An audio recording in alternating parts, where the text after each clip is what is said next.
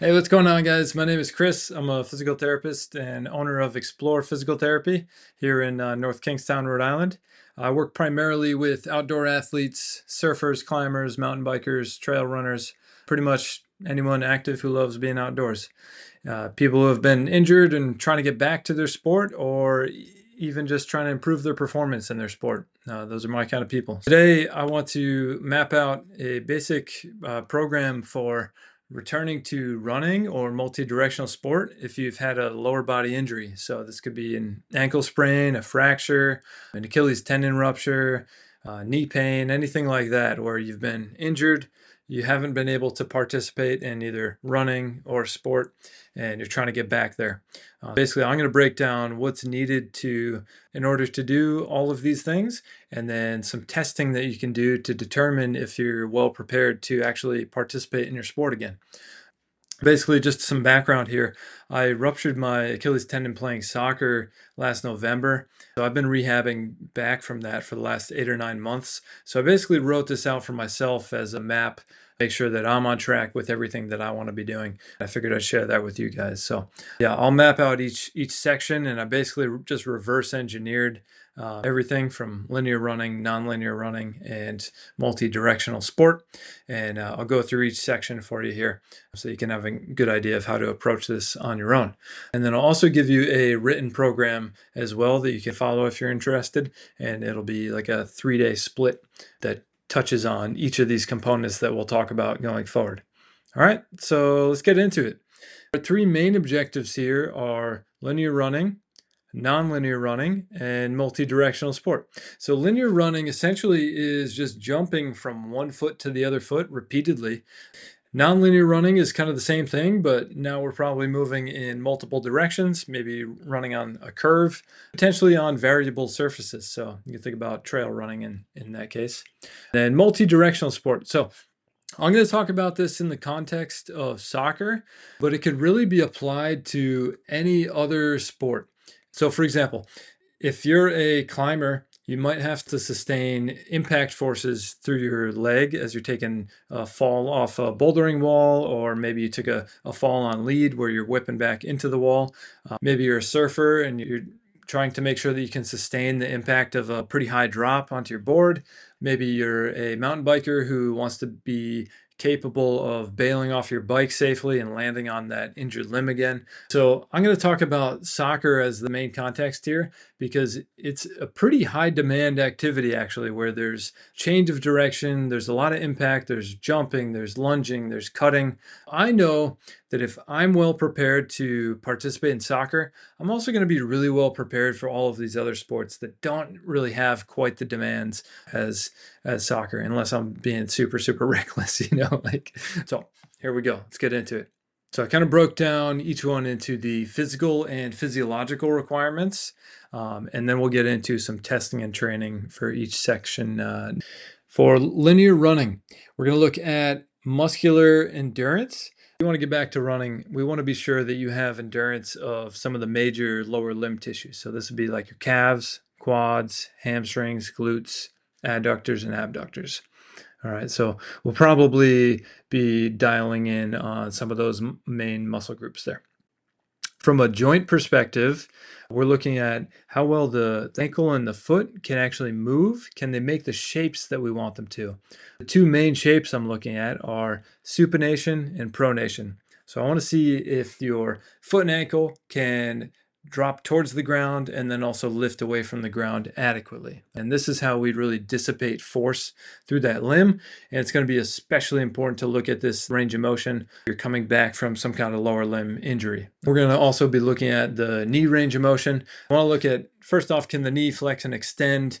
You don't need a ton of knee flexion and extension for running, but we do need some rotation at the knee actually. So I want to see, can the tibia actually internally and externally rotate effectively, because that'll coordinate with the foot and ankle to ensure that we can pronate and supinate effectively. So that's something to consider as well. At the hip, in terms of running, you just need adequate flexion, extension, and rotation, really. We could do some testing there to see how well the hip is moving in all those directions, so we can have an adequate stride length, which will subsequently allow us to load the glutes and the foot. The trunk, so we'll look at how well the thorax or the upper body can really rotate from side to side, because as you're running, there should be this sort of reciprocal movement through the limbs, and part of that comes from trunk rotations. The right arm, for example, should be able to move forward with the left leg, and we do want some degree of rotation to occur at the trunk to maximize the efficiency there. So another good thing to look at. And as I was just mentioning, the shoulder itself should be able to move forward and backwards so that we can get adequate loading through the opposite lower limb as we're running. All right, moving into tendon quality. Tendons are basically, they're really important for giving us elasticity while we're trying to propel ourselves. So we want to ensure that we develop some stiffness and elasticity in a few key tendons of the lower body. So the Achilles, the patellar tendon, and the hamstring tendons, especially as we get into some faster speed, like sprinting type running. We'll definitely be looking at those pretty closely. From a neural or coordinative perspective, after you have an injury of the lower body, like an ankle sprain, for example, tend to see this loss of coordination. Normally, when our foot is about to impact the ground as we're running or jumping, there's actually a pre-tensioning that occurs in the muscles of the lower limb, which prepare our body for the impact stress. And again, after you have an injury, you might see this reduction in coordination there with that pre-tensioning. So it's something we actually want to train back into that limb after it has been injured. And then we'll also dive a little bit into energy systems here for each of these different running durations. So for someone who's trying to get back to max speed sprinting, this is primarily reliant on an anaerobic or alactic energy system, which just means that we're not really using oxygen or lactate as a primary fuel source. For longer distance sprinting, maybe 40 to 60 seconds, still anaerobic, but now we're starting to use some lactate as a fuel source here. And once we're getting into these longer distance runs beyond a minute or two, we're starting to tap into our aerobic capacity. So we definitely want to be testing all of these energy systems to determine how well prepared are they, and do we need to make them better to get ourselves back to linear running effectively and efficiently. Cool. So moving into testing and training for each of these components. Give you some examples on each of these sections on what I might be looking at when I'm testing my clients who are trying to get back to linear running, and maybe some of the training that you might do to address whatever it is you find in your testing. From a muscular perspective, we're starting to look at how good are these tissues at maintaining a long duration contraction or giving a high repetition output. So for example, if we're looking at the calf, we want to see that the calf itself can produce a repeated single leg effort of about 30 to 35 repetitions just with a single leg heel raise. If we're looking at the quadriceps, I want to see that someone can do a pretty high rep range of single leg step downs. And then we're going to be comparing this essentially right versus left. So how many reps can you do on your right? How many reps can you do on your left? Is there a significant discrepancy there? And if there is, we probably want to address that to make sure that when you do go to run, you have the muscular endurance needed to sustain your running capacity for a long duration. Another example might be like an isometric hamstring bridge where your heel's on a bench and you're holding a bridge position. From a joint perspective, we can use some range of motion testing to determine if the joints themselves have adequate mobility to get into the positions that we need while we're running. So the example I'll give here is just going to be looking at the ankle range of motion, what we call dorsiflexion of the ankle. And we'll just use a kneeling knee to wall test. So we set up a certain distance from the wall in half kneeling. And then we're testing how close can we get our knee to the wall to determine how well the ankle actually flexes. So I'll show you a quick example of this here. Basically, you're in a half kneeling position here. So you put your fist between your toe and the wall, and that way you have a standard measurement from right to left. And then we're just comparing how close can you get on your right versus how close can you get on your left side. Now looking at it from a tendon perspective, we can use some plyometric testing, which is essentially jumping, to determine how effective the tendons are at maintaining elasticity. So simple test I might use here would be a single leg hop in place and we're looking at duration, and we're looking at quality, and then we're comparing those side to side. So for example, someone who's trying to get back to just linear running on the road, running on a track, we're probably looking at least 60 to 90 seconds on one leg to ensure that they can really demonstrate the plyometric capacity to sustain a long duration run with that tendon. So things I'm looking at there are, is the person able to bounce off the ground pretty smoothly, or do they really collide with the ground pretty heavily? Can they do it where their heels are just kissing the floor, or are they actually just like slamming into the ground every time? All right, from a neural or coordinative perspective, I'm starting to look at the quality of landing and the ability to coordinate reciprocal limb movement. So right arm, left leg, left arm, right leg, to ensure that the running mechanics are really efficient. Simple testing or training here could be working on some bounding, skipping, marching. I'll use a lot of A skips or A marches just to kind of rebuild this coordinative pattern. So that's a great way to look at the initial quality and then progress over time, and then you can kind of compare it to your baseline. If you're someone who's trying to ultimately build back towards multi-directional sport and you're progressing through each of these phases, linear running, non-linear running, and then multi-directional movement, at this point, you're probably also going to be testing and reintroducing some basic sports skills. So soccer, for example, I'm just going to be using some basic wall ball passes to start getting my comfort level back with getting some touches on the ball. But I'm probably not going to go too crazy here quite yet. Okay, as far as the energy systems go that we talked about in the last section, we could test each of these systems to get a baseline understanding of where we're at, and then we can use that information to then set up a program to progress over time. For the first, anaerobic alactic, we can use an assault bike with a pretty high effort to determine how effective we are at managing this alactic system. We could use a rep scheme of 5 sets of 10 seconds at max output and basically measure our peak output in watts to determine our anaerobic or alactic capacity. And then we take that measure and then we just progress it over time if we need to, or maybe we're happy with it. From an anaerobic or lactic perspective, we can do kind of the same thing here, but we'll go for a longer duration. So this will be a max effort output for about 30 seconds on either an assault bike or a spin bike. You could even do this on a rower if you wanted to, and just measuring your peak wattage here. And again, you can get a baseline and then progress it over time, come back and retest it to see how you're doing. From an aerobic standpoint, I like to use the Concept 2 rower to get a good understanding of this. You could do a 2,000 meter row, and basically you see how quickly you can do that. You take your time and you compare that with age-related data. You can just Google that and see like, oh, I'm 35 years old. I got 15 minutes on my 2,000 meter row. Here's how I stack up against my age-related norms. And that'll give you an estimate for your VO2 max, which is basically just how efficient you are at using oxygen, which is a good proxy for your aerobic capacity. All right, so just to summarize, basically the reason you're using all of this testing is to determine if there's any significant limitations that need to be addressed in your training so that when you do go back to running, you're feeling really well prepared to run effectively without risking either re-injury or just an exacerbation of your injury. It's a good way to just ensure that you're not just going to hop right back in before you're actually ready to do so. So let's say you've completed a lot of these things, all your testing's looking really good, you're pretty happy with it, and you've gone back to some linear running, and now you're ready to move into some non-linear running. What is the training and testing, and what do the requirements look like for that?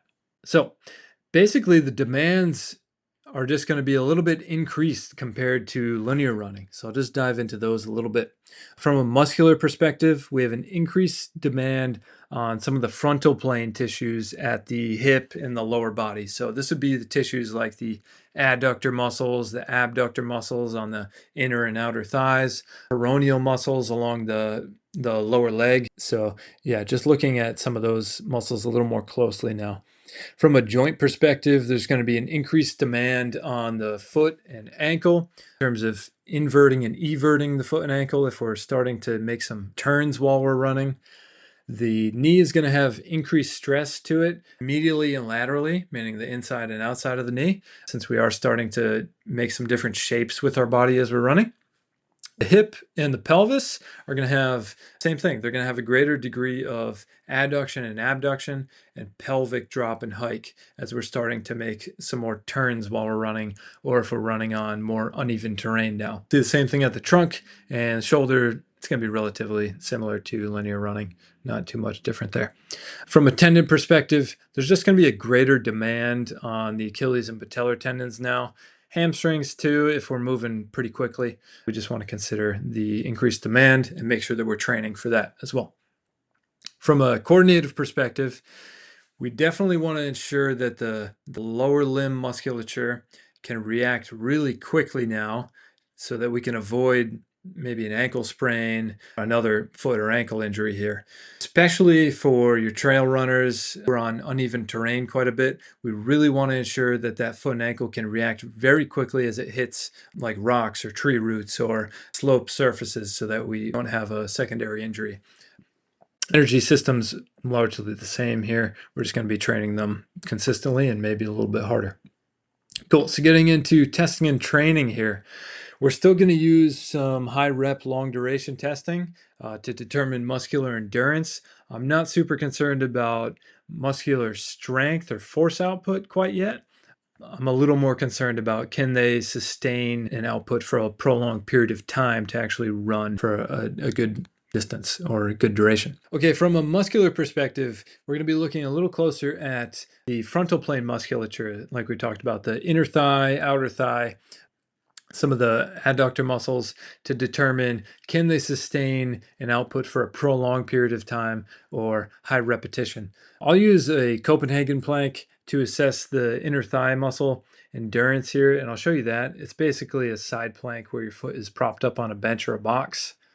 This leg, if it's straight, it's going to be pretty challenging. So you can always do it with a bent knee where the box is actually under your knee rather than under your foot, just to shorten the lever. Basically, you're going to lift up and you would hold that position. And it should be a good challenge for the groin muscles and the inner thigh. It's pretty hard. But basically, I'm looking for people to be able to do this for at least 30 seconds statically. And then usually I'll progress into a more dynamic version from there. That tells me that they have pretty good endurance through that tissue there, and they're probably going to be pretty well suited for some of these more non-linear positions that they need to get into. From a joint perspective, we can start to test the hips a little bit closer. We can look at the hip adduction and abduction mobility, which is basically just moving the hip out to the side or across the midline. We're going to look a little closer at how well the pelvis drops and hikes. And we're going to look to ensure that the thorax or the trunk can really rotate effectively.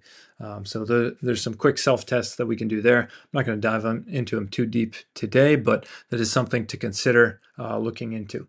From a tendon perspective, we're starting to test plyometric capacity in a few more variations now. So a few higher amplitude variations with shorter and longer ground contact times. Some quick exercises here could be split squat hops, squatted jumps, bounding, lateral bounding, just to ensure that all the tissues can react with the ground pretty quickly and that you can feel really bouncy off the ground in multiple directions now. Cool. And then from a neural or coordinative perspective, there's obviously some overlap here between the tendon capacity as well. But basically, I'm looking to see that we can really react with the ground very quickly in multiple directions. So a quick test or exercise to do here would be a single leg hop, but now moving forward, backward, or lateral. So just a multi-directional single leg hop with really short ground contact time. Great test you can do right versus left and compare side to side, see if one side is lacking or if they're both doing pretty well. So someone who's trying to progress back to sport, probably going to start to introduce a little more sport-specific skill at this point. So things like dribbling, juggling, potentially some passing as well.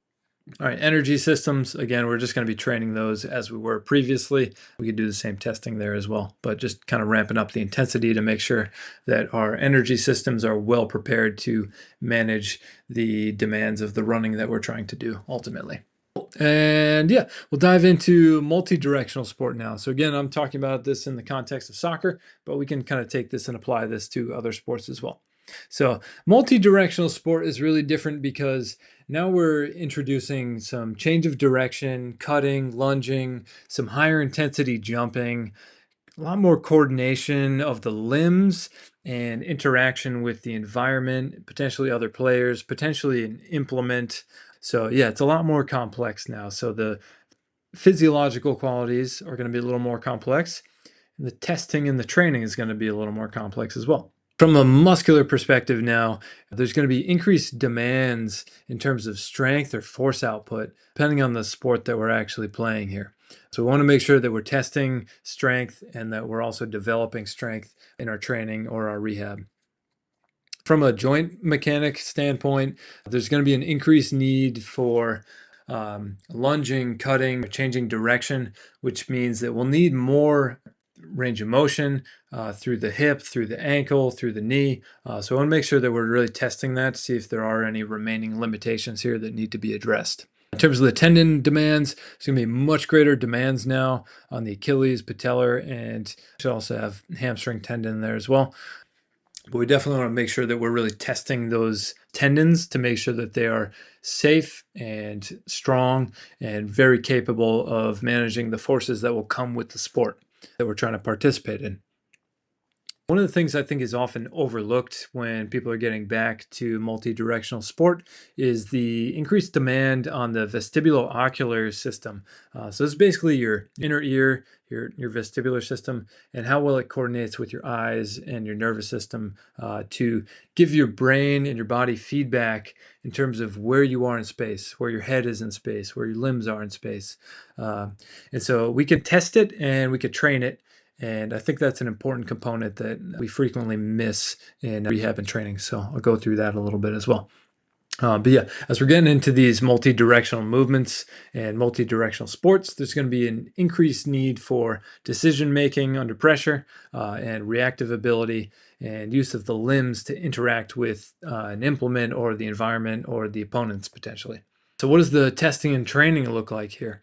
So now I'm going to start to look at 3 to 5 rep max tests for lower body strength. This could be a squat, lunge, clean, maybe upper body strength or power output as well with like a landmine press, basically comparing right versus left. If it's a unilateral movement like a lunge or a step up, again, to determine is there a serious strength deficit here on one side versus the other.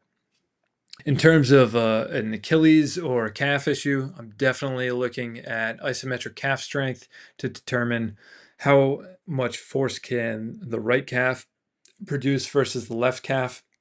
I want to see at least 2 times body weight on a calf raise isometrically. Meaning, can you hold that position can you hold that heel raise position for at least 5 seconds with 2 times your body weight? If you can, I'm pretty happy with that. We also want to look at calf endurance, and this would basically be a single leg calf raise for as many reps as possible. And we talked about this a little bit in the previous sections, but now I'm really looking to dial in the symmetry here. And if there's any more than a 10% asymmetry, right versus left, that's an issue in my mind. So we want to make sure that we balance that out pretty good. From a joint perspective, I'm going to start to look a little bit closer at the range of motion at the hip, knee, and ankle to really ensure that all these joints are very well prepared to manage all of the positions needed for sport. I'll show you a couple quick self-tests that I use and that you can use on yourself to look at your hip range of motion, your knee, and your ankle as well, which will be great to determine, again, right versus left discrepancy and if that needs to be addressed. Cool. So here's an example of the 90-90 shin box position where you basically have one heel to the opposite knee. We're looking at how well can this front hip externally rotate, how well can this back hip internally rotate, and can you or can I stay upright in this position through the trunk. So a lot of times people end up kind of falling over to one side when they try to get into this position, which basically just gives us good feedback on how well the hips are rotating. If you can't stay upright here, we know we have some limitations in hip rotation that should be addressed, and you might find a discrepancy side to side that you might want to address. Maybe you don't, but maybe it's relevant. Another quick test I'll use is the cowboy sit. And for this one, you're essentially in a half kneeling position. So you have one knee down, and they're going to sit back towards your heel. And so I'm looking at how far can you get? Is it comfortable, or is there any pain or discomfort anywhere? And we're looking at how well does the first toe extend? How well does the ankle dorsiflex? How well does the knee flex? How well does this opposite hip flex? And then again, we can compare that on right versus left to determine if there's any major limitations in range of motion from side to side that still need to be addressed. As far as the training goes, we just want to make sure that the training at this point is incorporating positions that are really needed for the sport. So if we're talking about soccer, for example, we know we'll have to be able to lunge, we'll have to be able to lunge laterally, we'll have to get into low squatted position, we'll have to be able to turn the hips and the pelvis quickly. So the training program should definitely include a lot of these positions. Now, for testing and training tendon quality in this section, the plyometrics are going to get a lot more intense at this point. We're going to start to move in multiple directions. We want to increase the amplitude of all the jumping, and we want to play with the ground contact time. So we want short ground contact time, we want long ground contact time, and we want to make sure that we can produce enough power and react off the ground adequately. So some training examples might be rotational single leg hops where you're turning, cutting, like a low box shuffle, or a cone drill where you're moving pretty quickly from side to side. We're probably going to introduce some more intensive plyometrics like depth jumps or depth drops, hurdle variations in various directions to make sure that the tendons in the lower limb can really be effective at bouncing off the ground quickly. There's some great testing we can do here to determine if the right side and the left side are limited in terms of their power output and their reactive ability.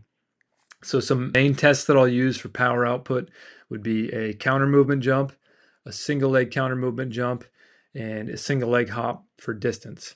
We'll basically just measure these things. We'll get a baseline early on, and then we'll come back and we'll retest after a couple weeks to determine if they're getting better or how much better they need to get.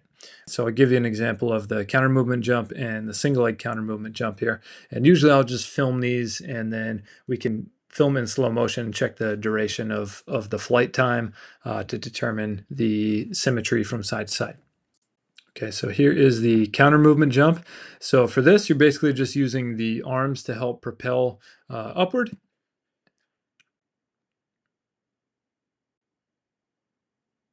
There you go.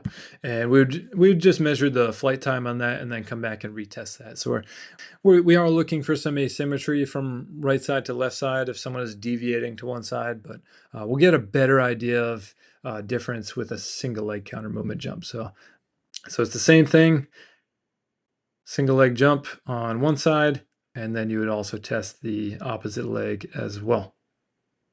And so I just filmed that, check the duration of the flight time, and then compare right versus left. Single leg hop for distance, you'd basically just hop on one leg, do a broad jump, measure your distance, probably do it a couple times to get an average, and then compare side to side. Some people will also use a triple single leg hop as well. That's a great test too, just to determine if you can put out a repeated effort horizontally. In terms of measuring reactive ability, we can use this measure called RSI, which is Reactive Strength Index. It's basically if you were to do a drop jump where you drop off an elevated surface, hit the ground, and jump immediately, we're measuring your flight time divided by your ground contact time to get this ratio, which we call the RSI. So I'll show you that because I know it can be a little tricky to understand. Here is the drop jump. Step off an elevated surface, hit the ground, and jump as high as possible, as quickly as possible. You can do that on two legs, or you can do that on one leg, okay? If you're doing it on two legs, we're looking for an RSI of greater than 1.5. So when you measure your flight time and divide it by your ground contact time, we want that RSI to be greater than 1.5. If it's less, then we know we still have to develop some reactive ability. For the single leg, you do the same thing, right leg, left leg, and then you calculate it and you compare side to side. And for this one, we're looking at the RSI to be greater than 0.5. All right, and again, if you have a limitation there, we want to just develop that until you don't, so that we can be really confident about your ability to react through that limb as you're going back to a pretty high demand sport. All right, and then some neural and coordinative testing here. With a multi-directional sport, now we have to be able to react really quickly, as we were just talking about. But we can look at this from a neurological perspective to determine how ready is the nervous system to react. I like this click test at humanbenchmark.com to determine reaction time and how ready the nervous system is to react. So you basically just click, you wait for the screen to change color, and then you click as fast as possible, and it'll give you a reaction time right here, which you can then just compare to statistics. Looks like average reaction time is around 273 milliseconds, so I guess I need some more coffee. Then we can move into some VOR testing. So this is that vestibulo-ocular reflex we talked about previously, where the inner ear and the eyes have to coordinate together. Especially important in this context to be able to track objects visually while your head or while your body is moving. Okay, so we can test it and we can train it with the same activity. So I'll show you what's called a VOR times 2, where basically your eyes are on a target, you're focused on that target, and you're moving the target and your head at the same time. So she's using a pen as her target in this case. She's going to keep her eyes on the target. She's going to move the target side to side as she moves her head in the opposing direction and walks forward. So you could either do this while walking or running. Obviously, standing still is going to be much easier, but you can progress through those steps as you're able to. Here's what it looks like. And so I would tend to prescribe that for about a minute or two while someone is either standing or walking or moving quickly. You can do it horizontally, you can do it vertically, you can do it diagonally. You don't have to just go side to side. I think that's a great overlooked test and exercise that should be worked back in if you've been out of your sport for quite a while. Cool. And then at this point, if you are trying to get back to a multi-directional sport, you want to increase the demand of your sport skills. So now getting into things like shooting or small-sided scrimmaging, faster paced dribbling, making your practice look more like the actual sport to be really well prepared on that end of things. Cool. So what does this look like all put together?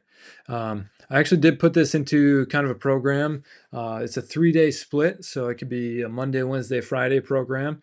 And it has a warm-up section with some mobility drills. It has a dynamic section with some coordinative drills we talked about, like the A-skips, the marching, the VOR that we just talked about as well. Then it has 3 days dedicated a little more towards speed, power, and strength, including strength training exercise, plyometric exercise, multi-directional movements, and some tendon development exercise as well. I'll give that to you guys all for free, and you can edit the whole thing and add in your sets and reps and all that too. All right, guys, thanks for sticking through this video. I hope it was valuable and helpful for you. If you've had an injury of any kind, I'd be happy to chat with you if you need any guidance or you need any help putting these things together to get back to whatever it is you want to do at full capacity. If you're in Rhode Island, I'd love to meet you in person if you'd like to do a consultation. I'm in North Kingstown. If you want to meet virtually, I can make that happen as well. I have plenty of virtual clients I'm working with right now. Feel free to shoot me an email and we can set something up. And if you watched this whole video, you can mention that to me and I'll be happy to give you 20% off your first session. All right, thanks guys. Peace.